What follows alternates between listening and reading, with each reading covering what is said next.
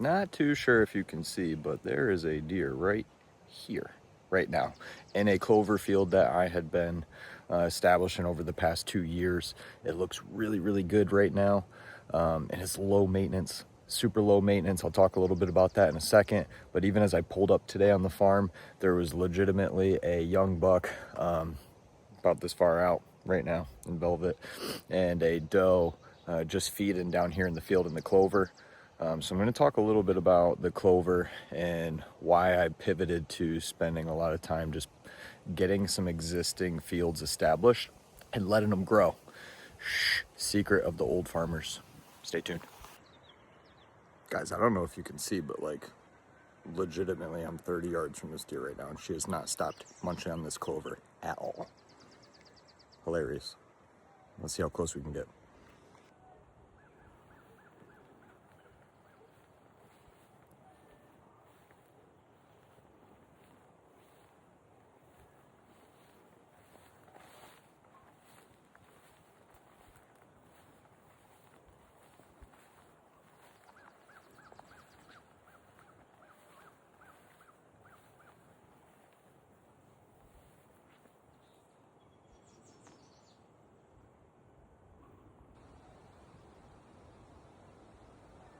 I would say that's pretty close.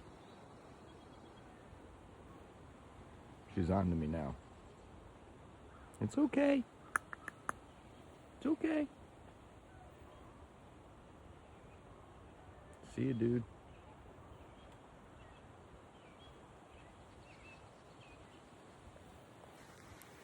Man, now that was cool.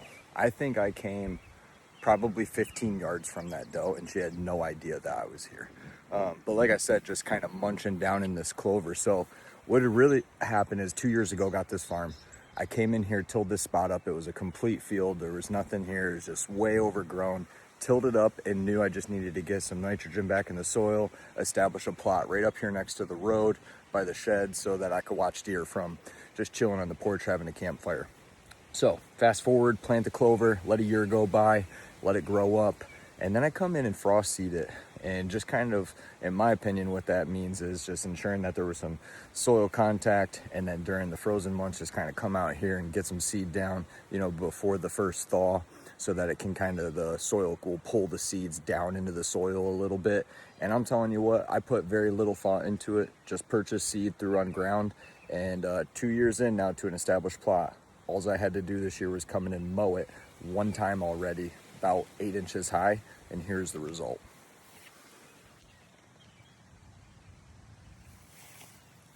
I don't know if you can see all the white clover heads in there. There's a ton of different clover types in here. We have crimson clover, ladino clover, Dutch clover. I don't know what is coming up each year, to be honest with you. I'm not an absolute expert on these things. However, it is looking good. Look at all that clover, guys. A ton. So, like I said, that's the kind of clover that was just keeping this doe's head literally into the ground the entire time I walked up to her at about 15 yards. And this is not the only spot on the farm that we have this clover set up. So stay tuned. We'll bring some other food plots to you here soon, projects on the farm that I have done, and a few that I need to get done here very soon. See you later. So not sure if you can see him yet, but right there is a young buck that is sitting in the bedding that I hinge cut this year. You can even see some of it down over there to give them some more protective cover. And you can see this guy is just completely unbothered. Oh, now he's headed out. See you later, dude. Man, what a crazy day on the farm so far. I can't make this stuff up at all. But as we just looked at the clover plots and we walked, 15 yards up to a doe, head down into some clover, I started driving down the trail over here and I passed where I spent a little time this winter hinge cutting some trees and kind of creating like a natural funnel where the deer kind of have to go through an area in order to get to one of my other food plots. And in doing so, I created some extra bedding. And I just want to walk you guys in here a little bit so you can see what I'm talking about. because as we drove by, there was legitimately a young buck just sitting in there sleeping, watching us. Didn't move at all. So I'm gonna flip the camera around here. I'm gonna walk you guys through this really quickly, and just let me know what you think. If you've done any hinge cutting on your property or anything like that, I'd love to hear. If I have anything I could do differently, please let me know. Appreciate you guys. All right, so here's the trail. He was essentially just sitting in. Let's see if we can even find the exact spot. Looks like it. He was just getting some sun. Chilling right in here. So again, just kind of knocked some trees down here a little bit. In this whole area, I'll take you to that funnel that I was just talking about. I think sometimes we overcomplicate these things, and in reality, deer are deer. They're gonna move through the woods regardless. But if you can kind of create some, areas that force them a certain way, obviously it could be very beneficial for you. So you can start to see it here. Doesn't always look the best, right? I mean, it's cut trees, but taking a look at this one, you can see like a deer's probably not gonna jump over this every day. They'll probably walk around it. At least I would if I was a deer. And then to kind of cut this other side off, give them some areas where I like this setup here, where a deer can easily kind of walk in, walk out, walk under, whatever the case is. Just give them some of that extra cover again, but you can see the funneled path now. All right, so if I back up here, they come right through here and out because of this row that we have standing here, and then the hinge cuts that are over here to this side, just for some extra cover.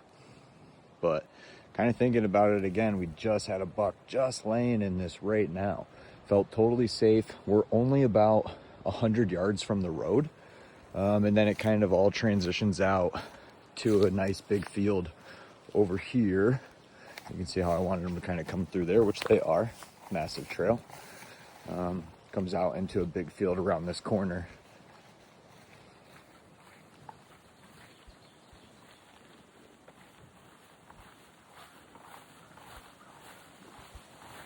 Yeah, you can see it kind of open up, from there. It gets much, much bigger.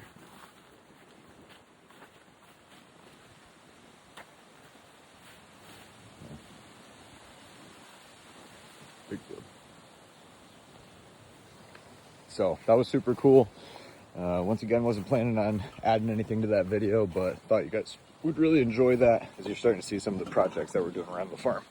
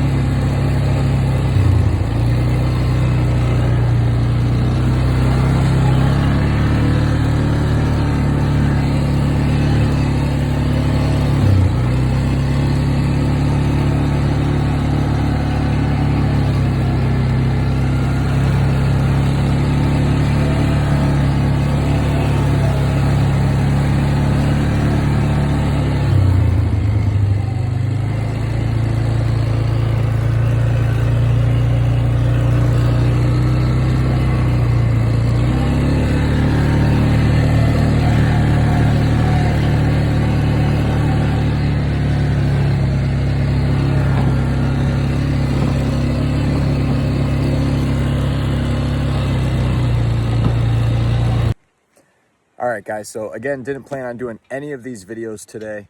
However, I think the sun looks cool in the background with the clouds.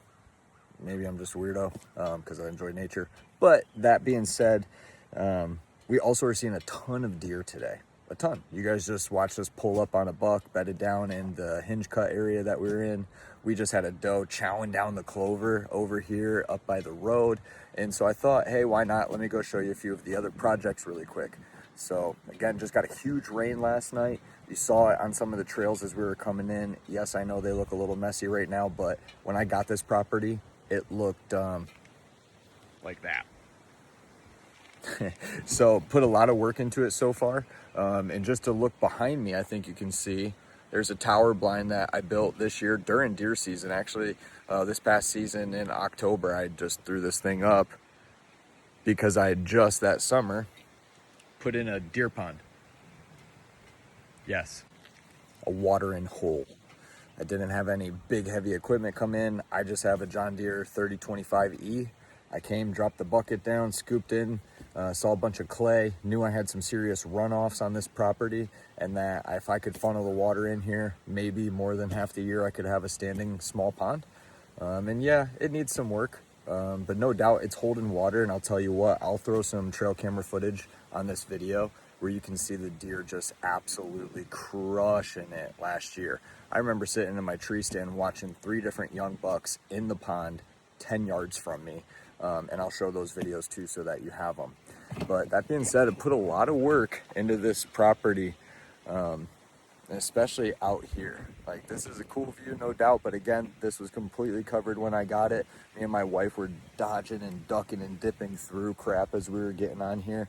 But this is what I love to do, and I've spent a lot of time on it. I'm gonna switch camera a little bit so you guys can get a better view, and I'll kind of take you around a field that I opened up. Just kind of talk through a couple plans, I think, what we might do this season. And then maybe I'll take you guys down to the woods today too, so hang tight. All right, so again, you got the deer blind, simple ladder setup, pretty cool. Love the trail it comes into. We're tucked back here in the woods. Opened up this field because again, when we got it, it looked like this everywhere. So spent a lot of time opening it up, breaking equipment. True story, absolutely busted my first tractor.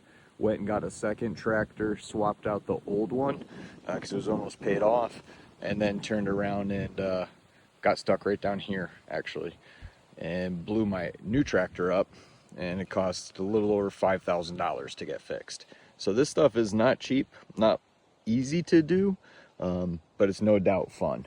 So let's go take a look over here at this field. I'm thinking this year, because I just opened this field, I'm probably going to do some sort of greens, leafy greens here, some turnips or sugar beets or something along those lines. Not really too sure yet. I wanted to do corn. It's just expensive and tough to do corn, guys. If you don't have the equipment for it, you can definitely do throw and grow. I've done it before. I've had success. It's just tough. It's tough to do, and there is so many deer out here. The issue with a small field like that is that they're just going to absolutely hammer it before it even gets a chance to grow. But looking down here for a sec, just kind of bring you guys in. I have been establishing clover though in this field the past 2 years. You can see clover looking great. Again, this is Ladino clover, and the deer are just hammering it. This field did not do as good, but again, it was complete grown up field prior. So to get it to the point where we can get some nitrogen back in this soil here, and these deer do hammer it. They're in here all the time. I'm sure I could come in and spray it, make it look a little bit nicer. But some of these guys that have farms around me, some of these older guys, they have a ton of deer up here. A ton of deer. I could not believe it when we bought this farm, how lucky I made out. That being said, these guys just let their fields really grow. They don't do much of anything for a food plot perspective. Now that could benefit me if I put time into it. But where I've seen the most deer in fields at night is when these guys come in, leave their fields grow, and all of a sudden cut them down once a year.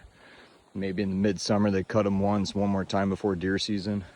That's where I see a lot of deer, so I'm kind of going with the hands-off approach. Get some of these clover fields established, some of that, and just kind of let things grow up and die off. But I will have a couple, obviously, fall plots that we'll put in, and this will probably be one this year. Again, looking right at the box blind. Be great for gun season. I got some distance out here now on this farm that's mostly wooded. Probably about 7 acres of field combined on about 64-acre farm. So a lot of opportunity. Even had some guys come in and log this year, try to get some more regen going on the ground. I know we've heard and talked a lot about that, so I'm just trying to go through that process now, because truly there was nothing on the ground except for dried leaves all through the winter, and I felt like a good majority of the farm was just a desert for the deer. I know Dr. Deer, love watching him, super smart person, and what he says about that is, yeah, it's just a desert to deer. You know, they need, what I believe, 5 to 6 pounds of forage a day to sustain their weight alone. So not going to get it done when you got, you know, no green on the ground in the woods. So this plot up here, like I said, just established. That's why you're seeing all this kind of crap, you know, on the ground. We'll let that dry up, die out, but probably get some clover in here, let it go a year or two, so we just have a nice big clover field. Nothing wrong with it, and we'll come in and continue to mow, not beat my equipment up, because my wife has about had it after I broke the second tractor. But there's our project. I'm not sure what we'll call this plot back here. I just kind of call it the pond place. You know, the pond is right there that I put in. Again, it was super successful. I'll take you over here really quick one last time, show you some of the tracks that go into the pond. And then after that, I'll probably let you guys go and come back to you with another video, another day of the down in the woods. Beautiful parts of this property. You know, being in the Finger Lakes in New York, we have a ton of gullies, and you know, there's a lake only, I would say 3 miles, 2 miles from here, probably a mile straight down the hill, and I am way up at the top. Elevation's about 1,900 feet up here. So it's drying up a little bit on shore, so I don't know how many tracks we'll see. Oh yeah, I put clover over here on the pond too. Put it all around the bank just to get it to grow something in. Little tracks, little running stream. Literally we got water trickle from that rain coming in. That's great. Tracks, tracks. And it's pretty deep. You know, I only went down about 2-3 feet because I was just using my bucket. I didn't even have any teeth on the bucket. I just picked a semi-wet day, tilled the spot, moved the dirt, made sure the clay was on the bottom, and not bad at all. But all right, guys, I'm gonna let you go here. I will bring it back to you next week. See ya. All right, guys, well, thanks for hanging out with me today so far. You saw, I want to say, a food plot, a pond project, a upcoming fall food plot. You saw deer, bucks, does. I just saw a fawn run across the field a second ago. But there's a lot of things I got to get done this summer. There's still a ton of projects that I got to get complete and buttoned up before this winter, and a couple other things that you haven't seen yet that I've already done when it comes to bettering my land or providing for the habitat that lives on the land. So just to give you a little sneak peek, I don't know if you can see it. Down here there's a pumpkin field. We'll talk about that in one of the episodes. Do deer actually eat or like pumpkins? We have over here hiding a blind that I built that needs to get put together and put up. And most importantly, I gotta get that stupid shed finished up. It's driving me nuts. So, a couple more things to come. If you care to watch how this farm continues to develop, please like, subscribe, stay tuned. I'll tell you this, you haven't seen anything when it comes to deer yet. There are a ton here. And I think we have the chance to grow some pretty serious whitetail deer on this farm. Stay tuned.